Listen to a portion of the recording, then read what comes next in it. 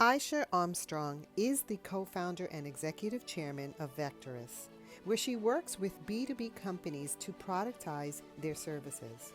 As part of this work, she advises executives on how to transform their cultures and processes to allow product innovation to flourish. She is the author of the best-selling book, Productize, the ultimate guide to turning professional services into product, as well as the book, Fearless, How to Transform a Service Culture and Successfully Productize. Eisha has more than 25 years of experience launching new data and information service businesses and leading global teams of professionals. Previously, Eisha held senior product leadership positions both with EW Scripps, the diversified media company, and with CEB, now Gartner, the pioneer in productizing management consulting services. During her career, Eisha has spoken at more than 100 leadership development and executive education sessions around the globe. She has also been cited in numerous publications, including the Financial Times and the Washington Post. And she's a regular guest on podcasts about product management, innovation, and leadership. Eisha earned her MBA at the Harvard Business School and her Bachelor's of Arts in both Women's Studies and Economics at the University of Kansas. She lives in Cincinnati with her family. She is also a certified yoga teacher and believes that teaching yoga makes her a better executive. Welcome, Eisha Armstrong. So, welcome, Eisha. How are you? I'm great, Lily. Thank you so much for having me. Well, we're excited to have you. Are you ready to pour into our listeners? Yes, I am. I am. All right, so tell us a bit about your path to leadership and what you're doing now. Okay, thank you. Yeah, so I think my first leadership position was probably right out of business school when I was asked to lead a P&L, a business unit at the company where I was working. And, it's so interesting because I was a newly minted MBA and felt like I had all of this information, but what I didn't have was experience. Sure. So it was definitely a trial by fire. Uh-huh. And I think kind of humbled me in many ways as I made a lot of mistakes. But I tried really hard to learn from those mistakes and thankfully was, continued to get more and more leadership responsibility. But that first position where I wasn't just managing people, but I was managing managers, Mm. trying to set a vision for the business that I was managing and negotiate, company politics. Again, a lot of mistakes and lessons learned the hard way. I imagine brand new, wet behind the ears, ready to go. Right. And a lot of our listeners are new, and I'm sure they've experienced that as well, or they're on their way. So this is really great that you're talking about this. Is there any particular story you can tell us about how you grew and learned or was humbled?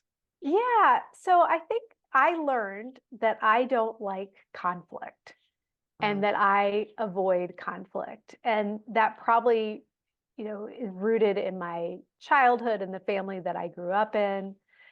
But I had to quickly become comfortable with navigating conflict. So I learned the hard way. So I had two people reporting to me who really couldn't stand each other because I didn't like conflict. My instinct was to just kind of like let them work it out and try to avoid head on dealing with the situation and the interpersonal dynamics. That didn't work. And I learned the hard way that I had to get involved and that there was actually a way to have healthy conflict and to teach them how to have healthy conflict, but it required me to get very, very uncomfortable with what I didn't like, which was conflict. So that was one story. And then the other one was I went out on maternity leave with my first child and I made a bad decision. I will own that decision for who I had responsible for managing the business while I was out on maternity leave. And I defaulted to the person's experience and credentials as opposed to the person's ability to effectively lead.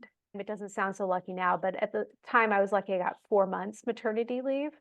And I came back to a business that was really in shambles because the person was a very ineffective leader. And I had to clean that up and, really, again, like I said, own that decision that I put this person in charge and they weren't really well equipped to lead in my absence. So that was tough too. So I wrote down those two things that are major things to learn early on, right? So Yeah. these difficult conversations is an important skill to acquire. And I'm sure that part of that is how you move now, like understanding that, right? You spoke about humility. When we get humble, we can also grow in wisdom. So I can't Mm. wait to tap into your wisdom there. You also said you chose experience and credentials over the ability to lead. These are mistakes that we can make even as seasoned leaders. So tell us what you're doing now. Yeah. So fast forward, my leadership journey has really changed. So rather than being kind of a mid-level leader at a large company, I started my own business with a partner 6 years ago and have been lucky to grow the business, but really started with a blank sheet of paper, she and I, in what type of organization did we want to create, not only for ourselves, but for, at the time, our future employees. And we put a lot of thought into the type of corporate culture and work environment that we wanted to create based on our own experiences. And what's been fascinating about that is kind of balancing staying true to that vision and that initial why for the company and our business, and the financial realities of trying to run a growing, thriving business, meeting payroll each month, making sure that we're satisfying our customer needs and so on. So it's been, the journey of a small business leader, and it's been incredibly rewarding. But again, also one where a lot of lessons learned the hard way. You're not kidding. And that was a big shift for you, Mhm. right? So Yeah, it was. typically when that happens as a catalyst, there's something that occurs or something that clicks in us where we say, I need to live in my purpose. Tell us a bit about that. Yeah, great question. So both she and I were, at the point where we were mid-career, so 20 years of work experience, and felt like the timing was really good to go out and do something on our own. So we had well-established professional networks, really good track records, as well as the financial security to take a risk, like, leaving a stable job and a stable, nice paycheck and start our own company. And I think that we had also had personal life events that made us realize that, we don't have an infinite amount of time to do these things, and really wanted to make the most of the precious time that we do have and didn't want to wait any longer. So I was fortunate in that my business partner is a very good friend of mine. And at the time, she lived down the street from me, and we would walk on our lunch breaks together and talk about, if we were to ever launch a company, the two of us, what would we do? What would it look like? So this had been something that we had been talking about for a while. And then the stars just aligned in terms of our motivations to take the risk and the leap to do it. Well, I love your growth because you started talking about how it was difficult to have difficult conversations. And then you moved to a risk taker. Like that's big time growth to be in that space where this could be conflict in all areas, but you did that. Yeah, and I will definitely say there were things that helped me along the way. So the year that we started the business, I was also getting my yoga teacher training certification. So I'd been practicing yoga for about a decade Love that. and was getting the training certification to deepen my yoga practice. And one of the things that we really focused on as part of that was kind of our spiritual alignment. Mhm. And were we aligned with our values in our work life and our home life and so on? And that was one of the kind of big questions that I kept coming back to that was a motivator for wanting to start my own company. And then the other thing was that we spent a lot of time talking about fear and, Mm. how our brains are wired for fear because thousands of years ago we needed fear to keep us alive, but that we overestimate the risk of things.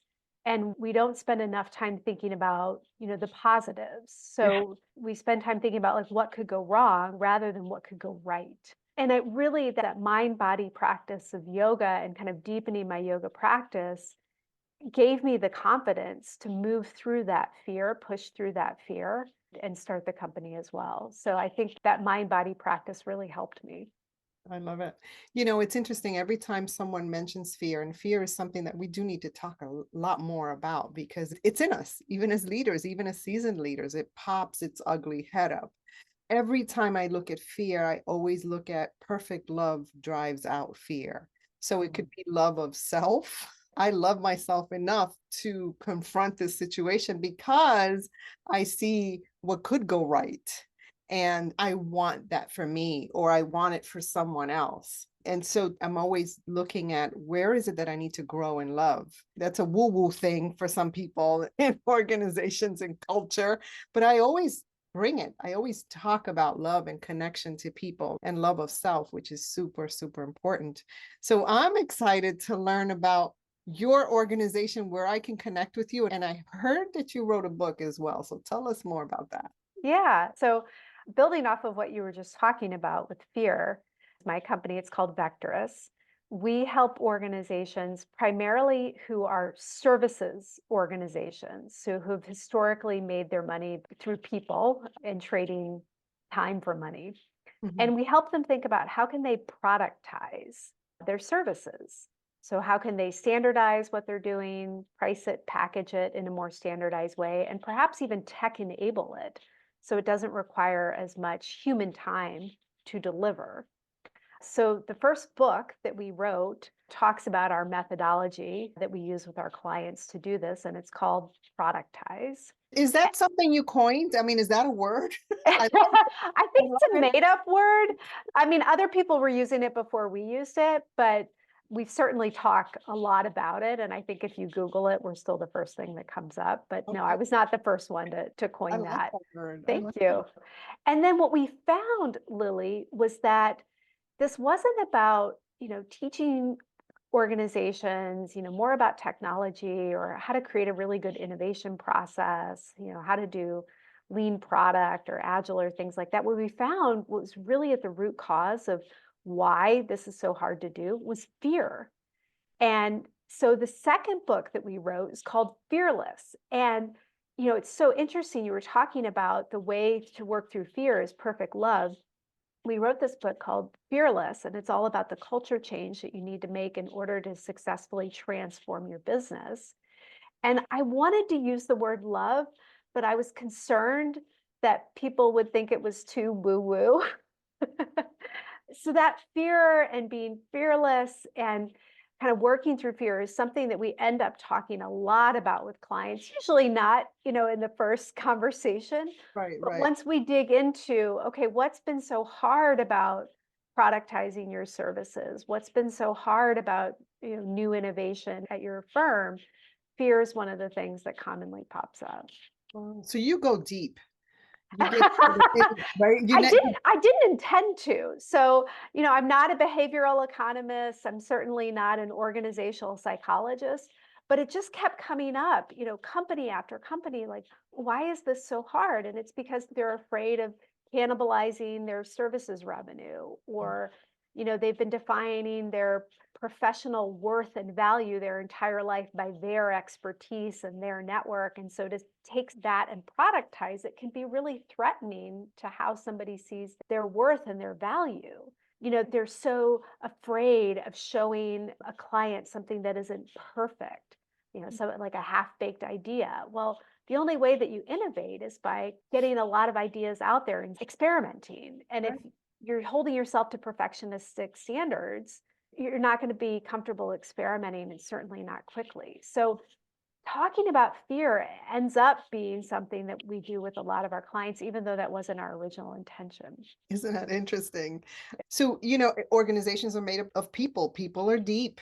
If we want to really effectively create change, something that's significant, that we've got to be heart to heart and have those difficult conversations that I'm sure you've become great at, which is beautiful. Now, let's say I'm an organization that's listening in.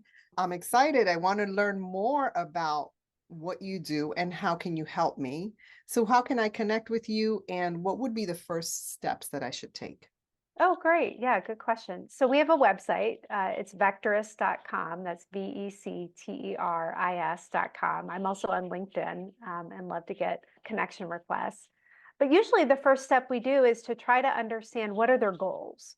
So most organizations that come to us have read at least the first book, Productize, and they're interested in the strategy of productization. We're like, great. Okay, why? Why do you want to productize? Is it that you want to get out of the feast or famine of cycle of your services business? Is it that you're having a hard time attracting new talent? So you're trying to figure out a way to grow without adding additional headcount. Do you want to exit the business? And will this provide a higher valuation? Or are you in a professional services business that is starting to be affected by generative AI? And you Mhm. realize that if you don't start to figure out how to tech enable what you're doing, you may be disrupted and out of business. So understanding that why is a very, very important first step, because everything then flows from that. Yeah, and even, when I think of leadership, often organizations start to grow and they just don't think how important leadership is. They're at the helm, they're ready to go, but they don't have a team. We get to a point where we don't deliver the results. We want the team to deliver the results, but it takes an investment in our culture and in what you do to get there. So really important work, and I love it. So vectorist.com, make sure you tune into that. Now, shift happens, right? Mm. And so as we grow and learn and things start to change, what are some things that you've done? What are some either advice, things that have helped you navigate these changes or crisis? Yeah, great question. So one of the things is involving people, and not involving people just for, they call it buy-in, right? But involving people because I don't have all of the answers. So example from our own business, we have been trying to drink our own champagne and productize how we work with our clients. And that's a pretty big shift for us. And so certainly as, co-founder and leader of the organization, I have my own ideas on how we should do this. But I've also invested in building a phenomenal team of people who have experience that I don't have, life views that I don't have. And I wanted to genuinely get their input into what should this look like as we drink our own champagne and productize our business, and what are some of the kind of foreseeable challenges that we might face, and how might we overcome those challenges?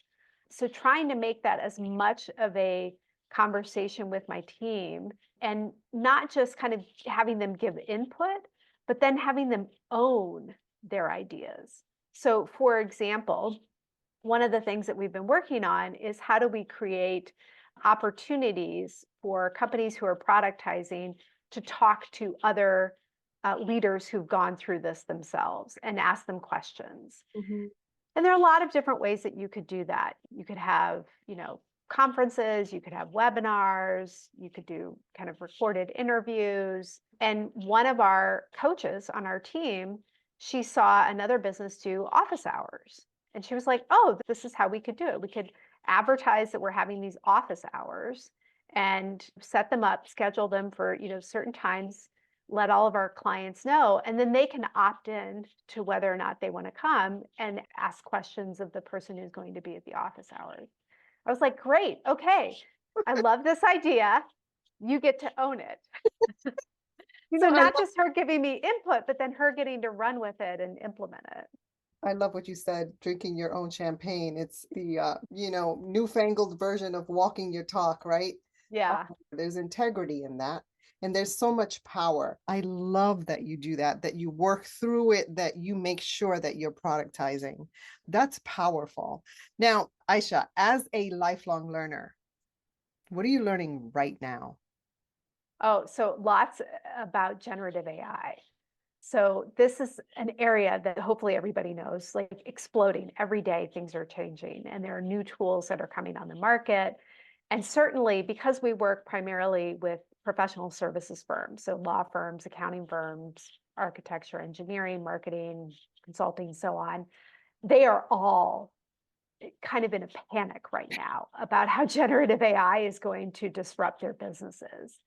And the first thing I do is I tell them, look, I am not an expert in generative AI, but I am an expert in helping you think about where are the best opportunities to use it and how to get your organization to transform to take advantage of it. I also have to be credible and to be using these tools myself and to know about them. And because it's changing so quickly, Lily, I mean, this is probably a good hour to 90 minutes per day that I spend, reading what's coming out of my Google News alert, subscribing to free trials for new tools, trying to use them in as much of my workflow as possible, talking to other people about how they're using it. So that is where I've spent probably the last 9 months doing most of my kind of professional learning. Now, the other area that I'm really interested in, which is probably no surprise given my yoga background, is continuing to explore mindfulness techniques and how to use them in professional environment, not just a personal environment. So that's another area where I try to do, as much development and reading and going to workshops and things like that. Your effectiveness is exponential when we address the whole person, right? An organization really is an organism made up of people. And when we address the whole person, then we up level that whole organization. It's like working with cells in biology. You're working with cells, you're making sure the cells are healthy so that the whole organism is healthy. And so, absolutely love that. Thank you so much. Now, when you think of leadership today, what most concerns you and what are you Mm. hopeful about? What I'm most concerned about is the tenor of discourse right now and the lack of civility in communications. And I am concerned, especially for my children, that our leaders are not setting a great example on how to do things like have healthy conflict or how to communicate respectfully with someone when you don't agree with them, and how to depersonalize problems and work together and collaborate to solve problems. So that is my deepest concern right now, not for my organization, but I think for all of humanity at this moment. Yeah, it's a real concern for sure. Now, as someone who does what you do, what are some things as leaders that we can do to start to shift that? You said it earlier, perfect love. Number one job as a leader is to demonstrate love for the people that you're leading, whether it's your employees, your customers, your family. And if you can do that, everything else will follow. Now, that's not romantic love, but it's, treating people the way that you want to be treated. It's respecting people even if you don't agree with them. It's about showing concern for their humanity, what's going on, in their personal lives, not just their professional lives, and wanting to help people feel like a sense of belonging. And I just say to everyone I talk to, look, if you can just lead with love. And, I think it's Brene Brown. She says, open heart, strong back, right? Like everything's so much easier. But it's hard right now when you have leaders at some of the highest levels acting in ways that are counter to love, who are using fear to lead. When you don't have interpersonal relationships, when everything more and more is done online, and so it's easy to kind of depersonalize people, even dehumanize them. It's hard. And so I really think it's not complex, but it is hard to Right. do. It's hard. Absolutely. You and I do similar work because I do work with organizations as well. I find that if I'm not careful, I can get depleted because Mm-hmm. there's so many needs and there's so much love for sure. One of the things I anchor myself is in that energy of love. I do love people. I love Mm-hmm. people. But when you walk into an organization or when you connect with an organization, then you start to see all the needs, Mm-hmm. right? And you want to meet them, right? So I know for me, I have to reset and I have to get to a space where I am energized. Otherwise, I'm no good for anybody. So, Right. yeah, so can you talk a little bit about that? Because I'm sure there are listeners who feel the same way. Hey, I have a lot of love. They're excited. But one of the biggest things is self-love. I've got to replenish my energy because otherwise I'm not going to be of any use to anyone else. Yeah. Talk And about. Lily, this is another one where I learned the hard way. So early in my career, that newly minted MBA wet behind the ears. Like I thought I could work my way out of problems. And I would just, burn the candle at both ends. I had a really difficult time with people pleasing, again, because I didn't like conflict. It was very hard for me to set and keep boundaries. Certainly have grappled with my own perfectionist tendencies. I'm turning 50 this year. So I think I'm What? finally, I What? know. Yes, I think, Just hopefully midpoint of my life, I'm finally at a place where I feel like I've figured it out. And for me, it is self-care, self-love is boundaries. And I have to be very clear. And now I know, like, how much time do I need to be outside every day in order to feel like my cup is full? How much physical activity do I need in order to feel like I have enough energy? How much sleep do I need? What do I need to eat? How much time do I need to spend with loved ones? How much time do I need to spend by myself? All of those things have taken me 50 years to figure out, but I'm finally at that place. And 2 years ago, I went part-time in our company because I felt like my real gifts were not in the day-to-day operations, but they were in the thought leadership and the setting the vision, and that I'm best able to do that when I have more free time outside of work to be outside, be in nature, be physically active. My children are almost out of the nest, so I'm trying to spend, the last few precious years that I have more involved with them or at least available. So all of those things I've been able to do, but it took me a long time to figure out. important to do. I mean, I experienced burnout in my 30s because, the same thinking. Although I didn't avoid conflict, I was very intentional about having conversations, but I was a little too intense. I was the opposite of you, probably. Which can create a whole bunch of problems. But anyway, you learn, right? Hopefully. Right. Yeah. Um, so great. All right. So we have a surprise question from a former guest, Watchin Yanu, who is amazing.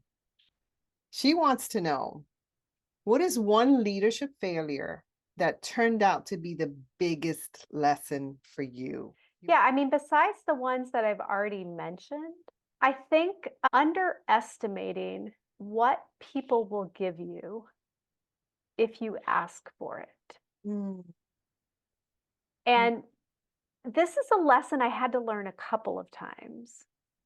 So, first, it was when I was running that business unit for the first time. I didn't think I could ask for more budget to meet my goals. And then I found out after we didn't meet our goals, almost met them, but we missed, that had I put forth a business case for additional resources, I probably would have gotten it.